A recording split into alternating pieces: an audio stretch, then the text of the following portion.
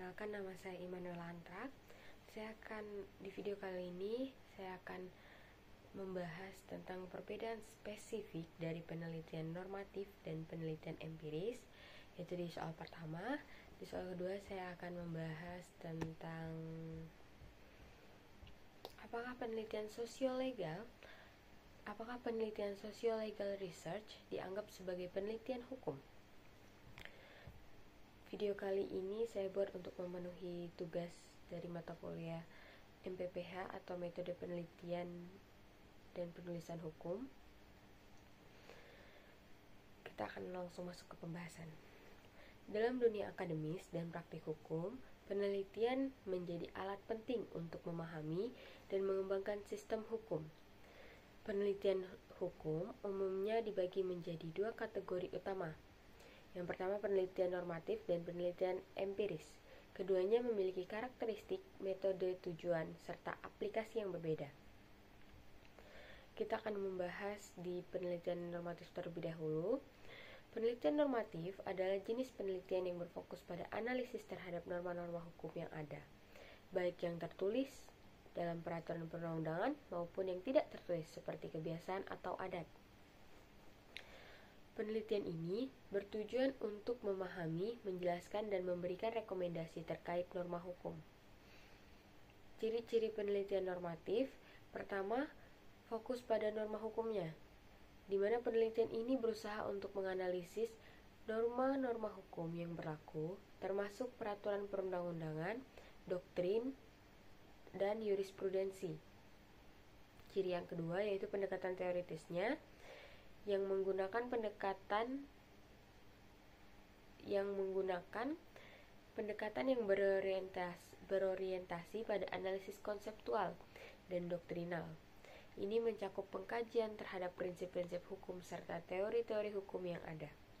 Ciri yang ketiga, sumber data sekunder. Data yang digunakan dalam penelitian normatif biasanya bersifat sekunder, diambil dari literatur hukum seperti buku, jurnal, artikel, dan dokumen resmi lainnya. Metode pengumpulan datanya itu yang digunakan adalah studi kepustakaan atau library research, di mana peneliti membaca dan menganalisis dokumen-dokumen hukum untuk menarik kesimpulan.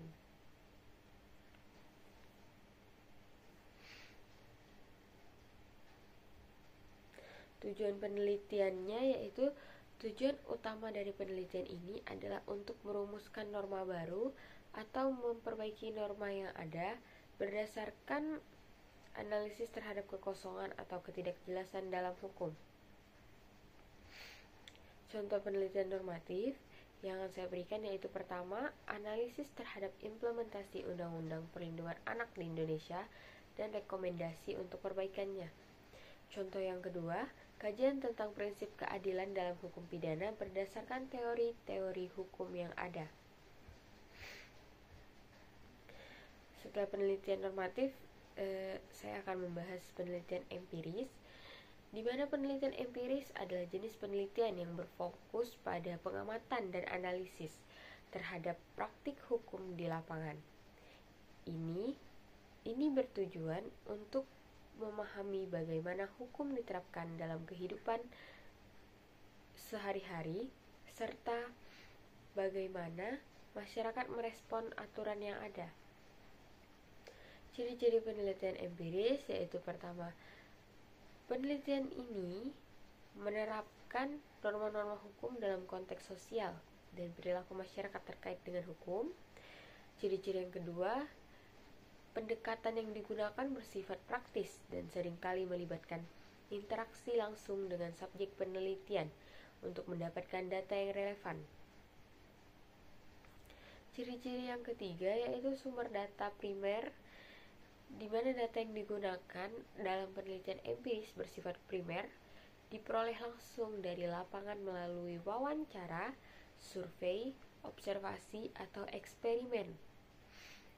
Ciri yang berikutnya ada di metode pengumpulan data, yang mencakup teknik-teknik seperti wawancara mendalam, in-depth interviews, survei kuantitatif, quantitative survey, observasi partisipatif atau participatory observation, dan studi kasus case studies.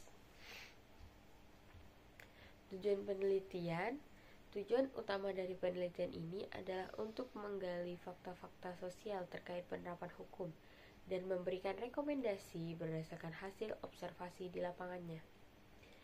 Contoh penelitian empiris di sini pertama ada studi tentang efektivitas program rehabilitasi bagi narapidana di lembaga pemasyarakatan. Contoh yang kedua, observasi terhadap perilaku masyarakat dalam mematuhi aturan lalu lintas di kota besar selama periode tertentu. Selanjutnya kita akan memasuki bagian perbandingan antara empiris dan normatif. Perbandingan mendalam antara penelitian normatif dan empiris, yaitu pertama kita bahas di objek kajiannya, di mana penelitian normatif mengkaji norma-norma hukum secara teoritis tanpa mempertimbangkan bagaimana norma tersebut diterapkan dalam praktik. Sedangkan penelitian empiris, objek kajiannya yaitu mengkaji penerapan norma-norma tersebut dalam kehidupan nyata dengan fokus dan perilaku individu atau kelompok terkait dengan aturan hukum. Perbedaan selanjutnya ada di sumber data, di mana penelitian normatif menggunakan sumber data sekunder dari literatur hukum dan dokumen resmi, sedangkan penelitian empiris sumber datanya yaitu menggunakan sumber data primer dari interaksi langsung dengan subjek penelitian melalui wawancara atau observasi. Perbedaan berikutnya itu metode pengumpulan data. Penelitian normatif, metode pengumpulan datanya terbatas pada studi kepustakaan, sedangkan penelitian empiris, metode pengumpulan datanya lebih bervariasi dan melibatkan teknik-teknik seperti survei, wawancara mendalam, dan observasi partisipatif. Tujuan akhirnya pun berbeda, di mana penelitian normatif ini bertujuan untuk merumuskan atau memperbaiki norma-norma hukum berdasarkan analisis teoritis. Sedangkan penelitian empiris bertujuan untuk memahami fenomena sosial terkait penerapan aturan hukum serta memberikan rekomendasi berbasis fakta-fakta sosial. Keterkaitan antara penelitian normatif dan empiris, meskipun memiliki perbedaan yang mendasar, kedua jenis penelitian ini juga saling melengkapi satu sama lain. Pertama, pengembangan teori hukumnya. Penelitian normatif dapat memberikan dasar teori yang kuat bagi penelitian empiris dengan menyusun kerangka kerja normatif yang lebih jelas. Keterkaitan berikutnya yaitu validasi teori melalui praktik, di mana penelitian empiris dapat menguji validitas teori-teori yang dikembangkan melalui penelitian normatif dengan membandingkan hasil observasi di lapangan dengan teori-teori tersebut.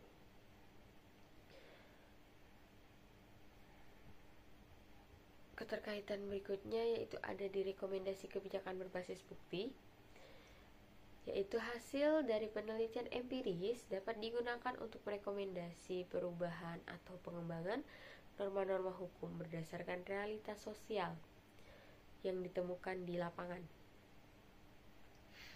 Selanjutnya, peningkatan kualitas hukum. Keterkaitan antara empiris dan normatif yaitu kombinasi dari kedua pendekatan ini dapat meningkatkan kualitas dari sistem hukum dengan memastikan bahwa norma-norma tidak hanya teoritis tetapi juga relevan dengan kondisi sosial di masyarakat.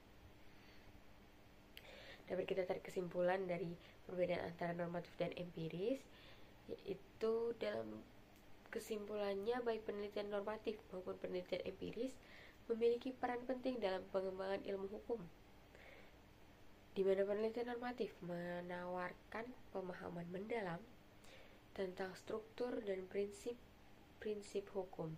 Sedangkan penelitian empiris memberikan wawasan praktis tentang bagaimana hukum diterapkan dan diterima oleh masyarakat.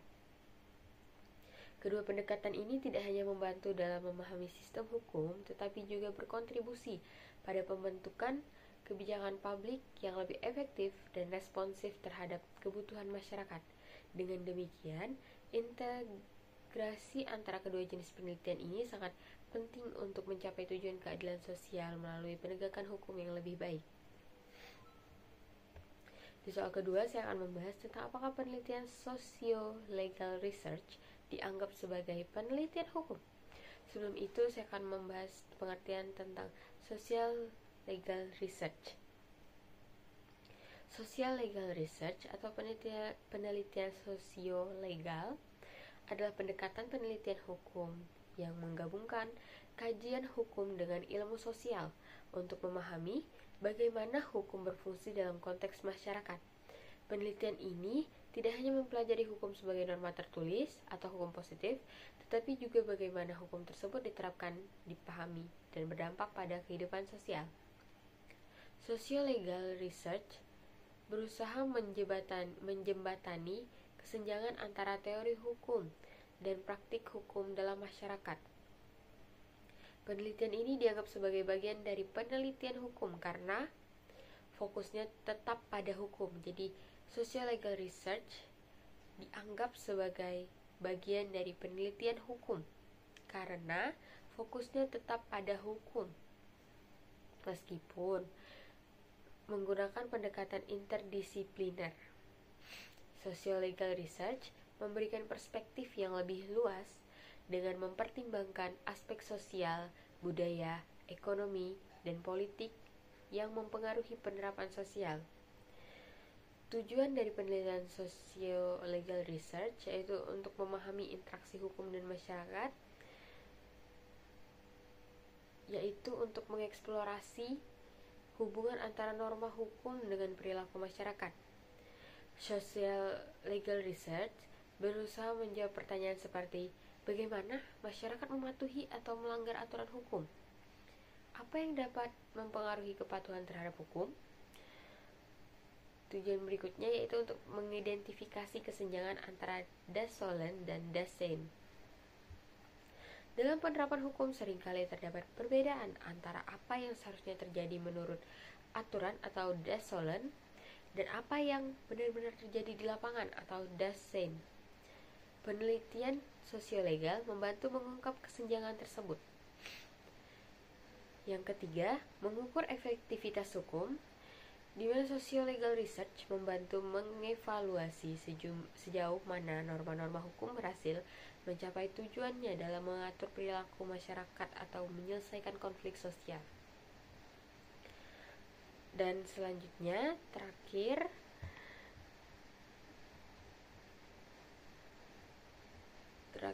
tujuannya yaitu untuk memberikan rekomendasi kebijakan. Berdasarkan temuan empiris tentang penerapan hukum di masyarakat, penelitian ini dapat memberikan rekomendasi untuk perbaikan kebijakan atau penentuan aturan baru yang lebih sesuai dengan kebutuhan di masyarakat. Selanjutnya, karakteristik socio-legal research.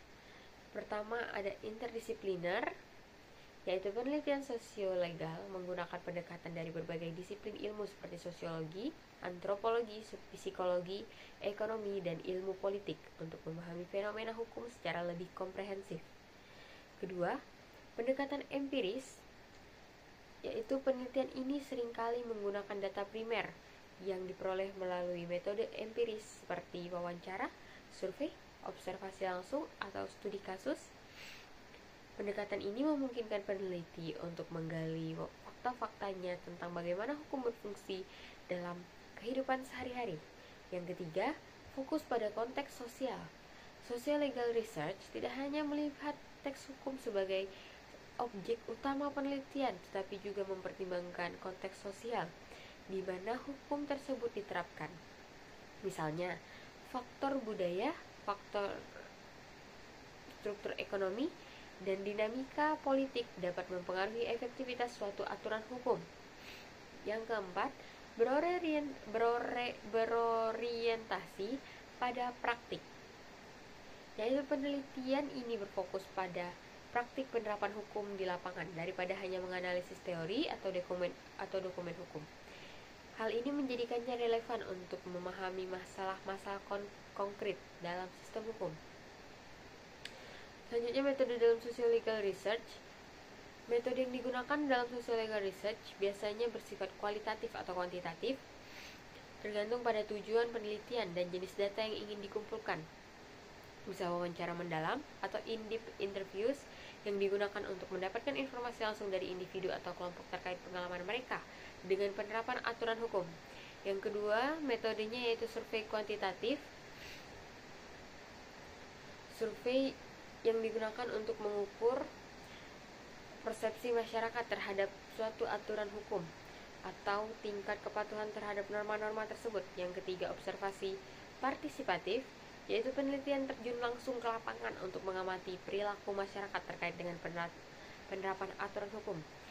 Yang keempat itu ada studi kasus, atau yang terakhir itu ada studi kasus yang dilakukan untuk menganalisis secara mendalam penerapan suatu aturan atau kebijakan tertentu dalam konteks tertentu juga. Manfaat sosio-legal research, yaitu untuk memahami realitas sosial, meningkatkan efektivitas hukum, mendukung pembentukan kebijakan publik, mengungkap masalah sosial terkait hukum. Selanjutnya ada contoh penerapan sosio-legal research. Itu pertama, contoh penerapan sosio-legal research, yaitu studi tentang efektivitas Undang-Undang Perlindungan Anak. Peneliti dapat mengamati bagaimana Undang-Undang Perlindungan Anak diterapkan di daerah pedesaan dan apakah anak-anak benar-benar mendapatkan perlindungan sesuai dengan norma yang diterapkan oleh undang-undang tersebut. Kajian tentang kepatuhan masyarakat terhadap aturan lalu lintas, yaitu peneliti dapat melakukan survei dan observasi untuk mengetahui faktor apa saja yang mempengaruhi kepatuhan masyarakat terhadap aturan lalu lintas di kota besar. Selanjutnya, terakhir, analisis tentang penyelesaian sengketa tanah adat. Peneliti dapat mengeksplorasi bagaimana mekanisme penyelesaian sengketa tanah adat dilakukan secara formal melalui pengadilan maupun informal melalui mediasi adat. Terakhir, dapat kita tarik kesimpulan, yaitu socio-legal research merupakan pendekatan penting dalam penelitian hukum karena memberikan perspektif yang lebih luas tentang interaksi antara norma-norma hukum dan realitas sosial. Dengan mengintegrasikan ilmu sosial ke dalam kajian hukum, penelitian ini mampu menjelaskan bagaimana aturan diterapkan di lapangan serta dampaknya terhadap masyarakat secara nyata. Socio-legal research tidak hanya relevan bagi akademisi, tetapi juga bagi pembuat kebijakan dan praktisi hukum yang ingin memahami tantangan dalam implementasi sistem hukum, serta mencari solusi berbasis bukti untuk meningkatkan keadilan sosial melalui penegakan aturan yang lebih efektif. Sekian penjelasan dari saya, lebih kurangnya saya mohon maaf. Sekian, terima kasih. Bye-bye.